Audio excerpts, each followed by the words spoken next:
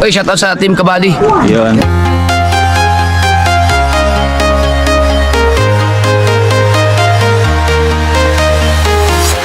I'm walking alone, the streets are empty.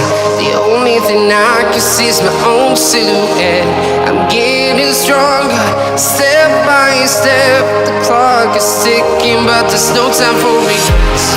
I've been flying from town to town, from London to Taiwan. I've been all around the globe, trying to protect your soul. We are heroes tonight. We will fly above the sky. We are heroes tonight. Yeah. We are heroes tonight. We will fly above the sky. We are heroes tonight. Yeah.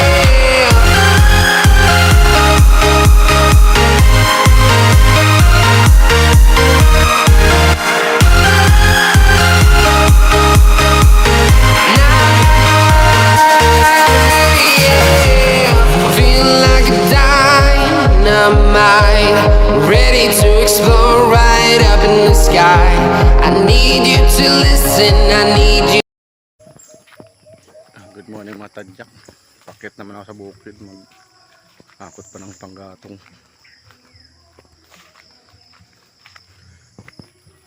Ayan. Daan tang bukid.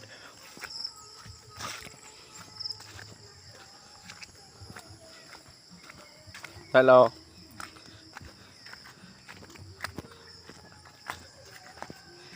Ayan po yung ilog.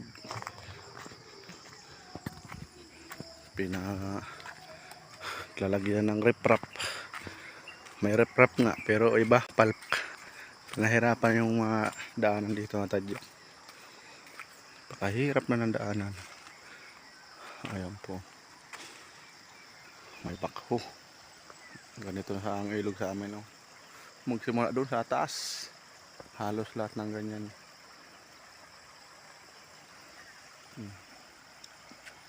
Ang lalaki ng boulder. Di pa tapos.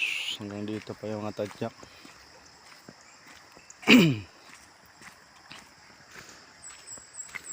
Ganyan ito ilog. Pumangit na tuloy yung ilog. Ang mag-aayos yung pagbaha. Ano? Halatado oh.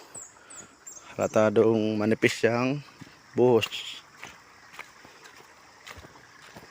Nakakarak na kaagad. Hindi pa nakakalis yung kontraktor. Sira na yung gawa nila. Ganyan kalupit ng mga kontraktor. Wala kang nagbabantay eh.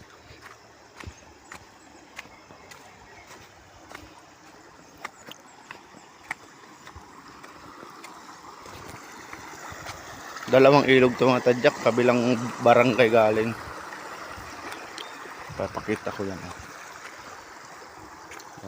Ang tawag dyan sa isang ilog na yan, ano, Bakog.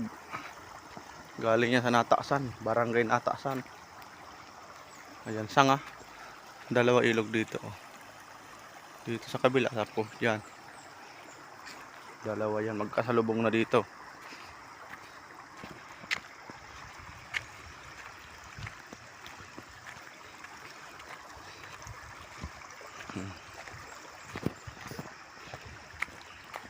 Gagawa ng tulay dito. Iwan ko matutuloy. Yung mga taas na ng riprap dito.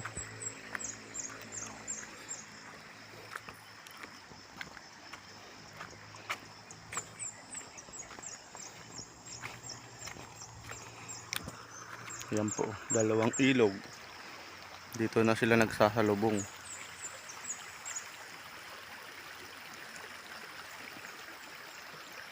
Yan po, under construction pa yan. Ginagawa pa ng kontraktor.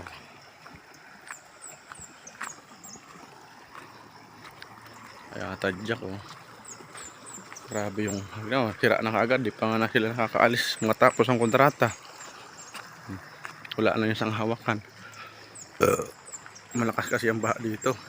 Kaya naman napakatarik ng mga hagdanan. Kaya hindi masyado, umiikot na lang ako. Mahirap pag malaglag ay baloy-baloy ang buto-buto.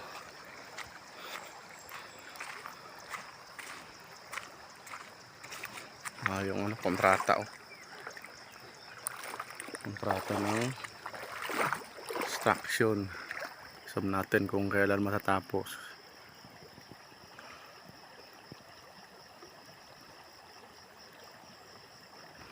Hindi masyado mabasa.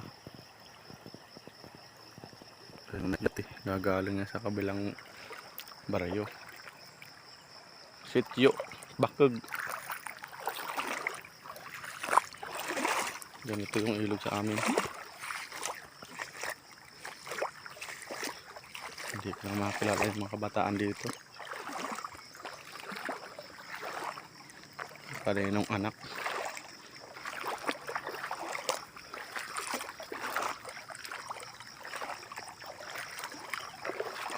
Yan umiigib ng inumin. Pag summer dito natatambak ang mga taga barangay San Jose. Kahit ibang barangay naigib din dito kaso lang ang liit na ng agos ng tubig ko. Pero hindi yan na uubos ng tubig. Galing sa bukal.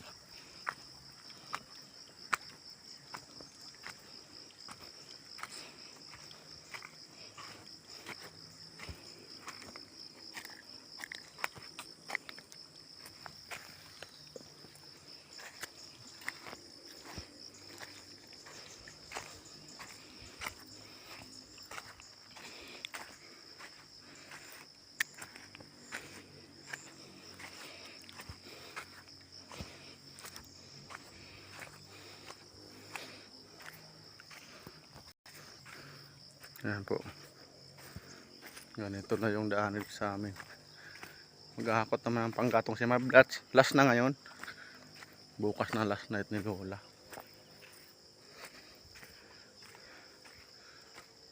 Ayan po ang ilog. Ang pangit makagawa ng hagdanan. Sobrang tarik. Oh. Mahirap pag may dala kang may pasan-pasan ka ng mga dadalhin mo dito pababa sa baryo.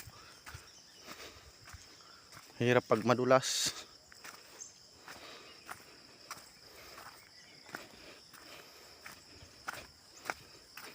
Dito maganda na yung hagdanan dito. Yan ang ilog.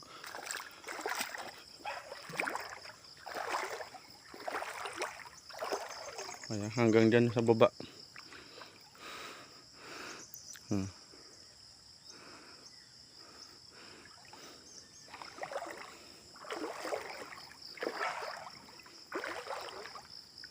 Sapa. Nandito kami naliligo pag bagong bagyo, malalim ang tubig dito nga Tadyak. Lumalaki yung ilog palalo. Lampas tao. 3 lampas tao minsan. Pag nakakadkad ng tubig baha ng bagyo.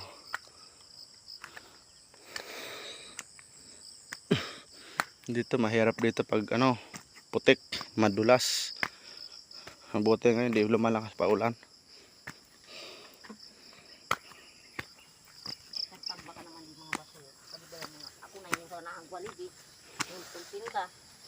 Pararatian na. Ako pala kan parali. Tabi ako yung kan pakali di kapag agwal di kadi nang pakali ko ng pagkatapin tapos hindi sa pagkatawan pag ani ko ni kadi. Para ati para tawa. Ali niya. Ay mga Tadyak may yung may konti yun mga Tadyak. Hindi lang marami. Pag makakita siya ng dumi, nililinis niya talaga. Kinakausap niya lagi sarili niya. Dito yun sa amin. Kabarangay. Ayan mga Tadyak. Pasihahan lang yun. Matanda pa yun sa akin eh. Ganun na hindi na lumalaki.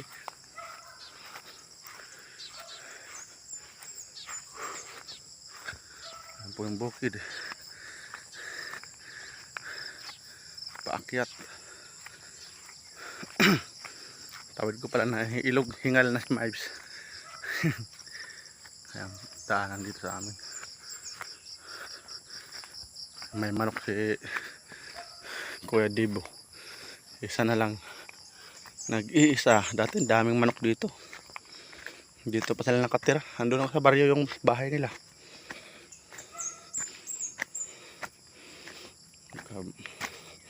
Paggawa ng bahay sa baryo. Kasi pag nabaha nga, yung mahirap sa mga estudyante. Sira na yung koprahan. Ang hiya ng bunga ng nyug, oh.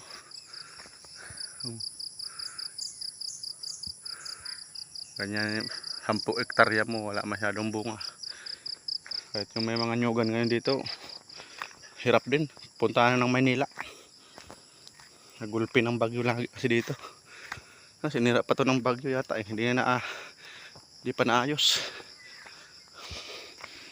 Ayan, bahay ng ate ko, Ate Godeline. Ayan. May baboy. Tingnan natin yung baboy ni Ped.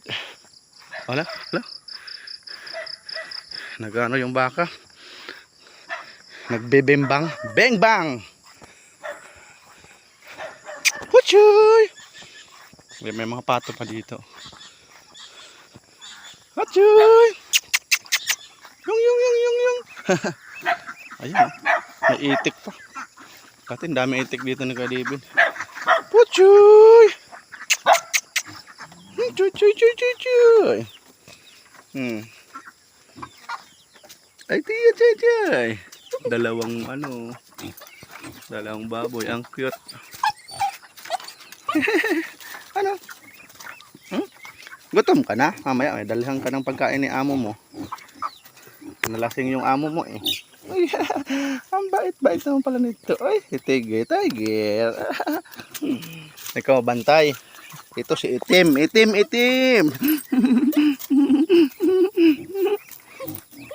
Gutom na. Mamaya, mayroon yung dalang pagkain. Ngayon bahay ni ate. Wala na nakatira dito.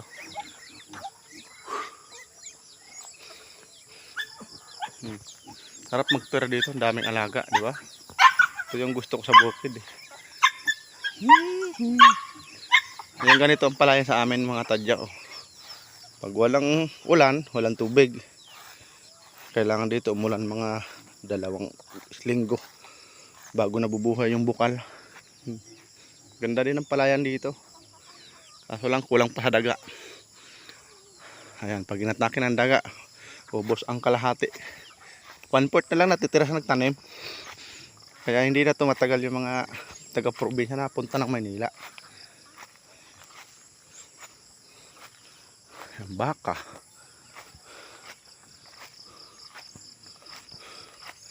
Hingal. Hal-hal na si Mibes.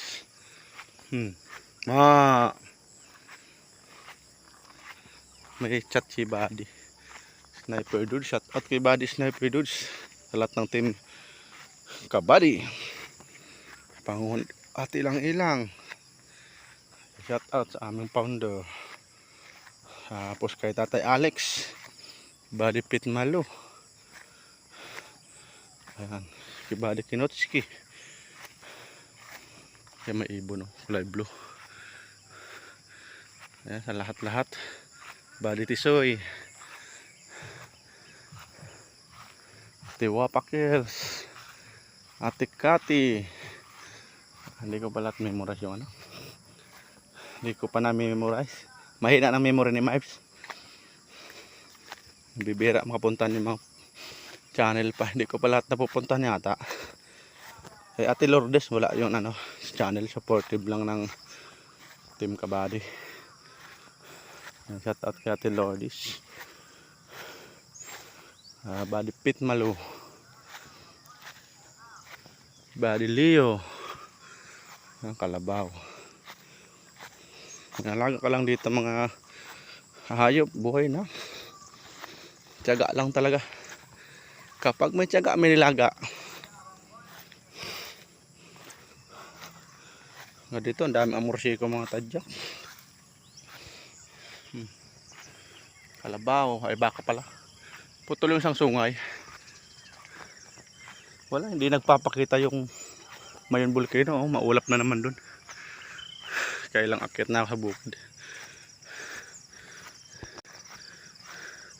Palagi pa rin maulap. Ayaw magpakita ni Magayon. Ayan, request pa naman sa akin yan eh. Kuya, kalimutan ko tuloy. Naalala ko yung mukha. Nakakalimutan yung pangalan.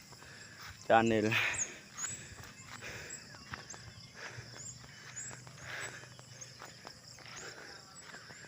Lagi tayo single. Mga lasing na yung kasama ko panggato na lasing yung tuyuin ko naman. Ayun, nagkakanta pa. Kaya ako ulit yung sawag sa amin guyod ng panggatong, maghakot. Sila sana maghakot ng panggatong kasi ako mag-iigib na ng mag-iimbak na ako ng tubig. Mamayang hapon na lang, bukas pa naman gagamitin yun. Baka bukas marami-rami na darating na yung mga taga Maynila. Nagsisiuwi ng mga pinsan ko bukas. Baka ngayon nabiyahe na sila Kuya Jorte. Mag-day trip yung magmumotor lang. Ayan, baka oh.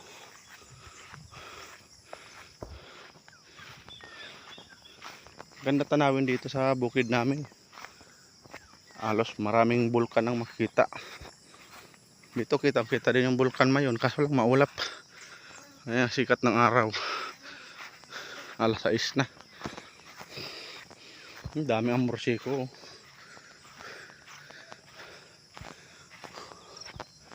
Limang baka. Ma.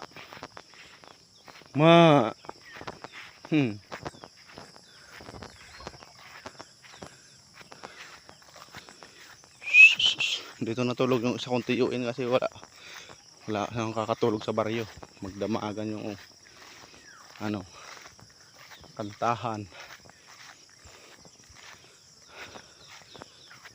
Kaya pahinga muna sa dito.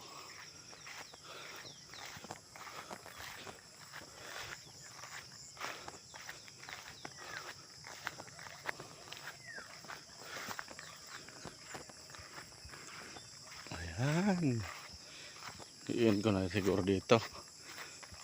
Gawin ko lang 20 minutes. Wala. Ayan oh, hinog na oh. Hinog na yung lukban. Dati ang tamis niyan, ngayon maasim-asim na daw. Pinaglihian na yata ng buntis. Ganun nangyayari sa mga prutas eh. Pag napaglihian ng buntis, maasim. Aming bunga.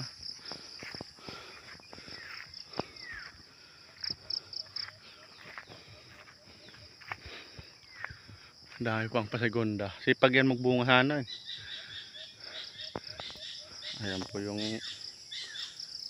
papuntang bukid. Ikot natin ang camera para makita yung tanawin. Doon nga in sa tuktok para mas maganda yung view.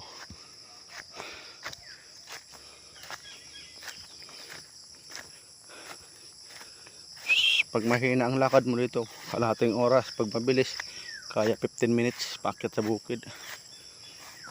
Meron din dito daan aso lang sobrang tarik. Dito medyo bananay. Umiikot ka sa bundok. Paikot ng paikot, di ba yung magagawa ng kalsada. Hindi naman pwede tumbokon papunta sa tuktok. Ginagawa paikot para malumanay lang ang takbo.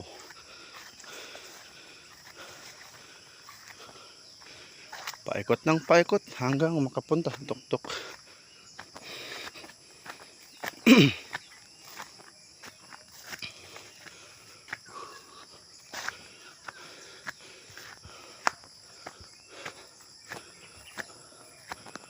Ang dami pang puno dito, presko pa.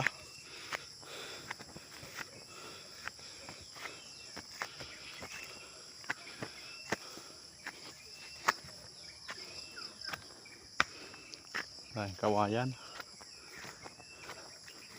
Nung bata pa ako, pag ako dito inuutosan, minsan alas 11 na sa gabi.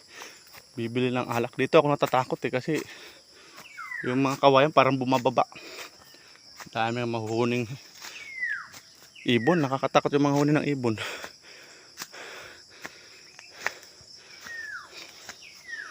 Wala, diretso lang ako. Basta may itak akong dala. Ilaw. Ilaw ko pa yung dahon ng nyog. Sinisindihan ko lang. May dala akong lighter. Minsan posporo. Ganun lang yung ilaw namin dito. Walang flashlight. Bibihira may flashlight. Ayan o.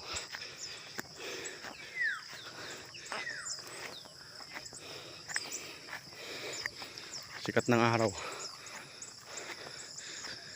Baka mamayang hapon magpakita si Haring-Araw, mahamog pa kasi.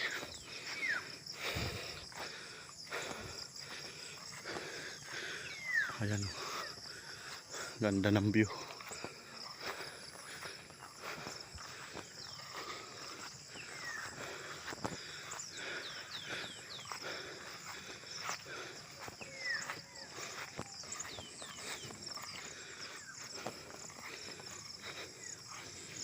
Yan yung mayon, no?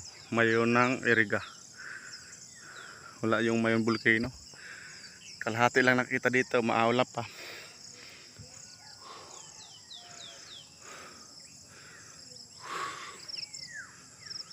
Rinig dito yung video, okay. Video 5. Ayun yung bahay namin doon.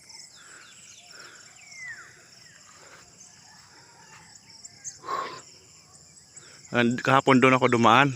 Sobrang tarka kaya kahapon. Kaya ngayon dito na dadaan. Ang bahay ng tuyuin ko. Si Papay RD. Ayan bahay niya. Pinturado na din. Grabe na daw kasi kalawang. Hindi makita yung pintura, kulay pula. Yung kabila puro kalawang. Yung kabahayan yung ano. Pininturahan. Yung kusina hindi na kinaya ng budget. Ayun kalabaw ng tuyuin ko. Gutom na, wala na, lasing na yung ano mo, amo.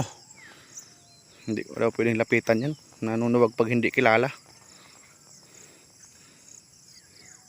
Baka ma-disgrasya pa tayo. Mayroong kalabaw, nangangilala lang eh.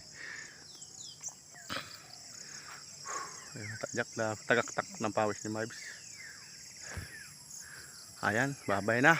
Shout out sa lahat ng supporters, sa lahat ng vloggers. Ayan, Luzon, Visayas, Mindanao.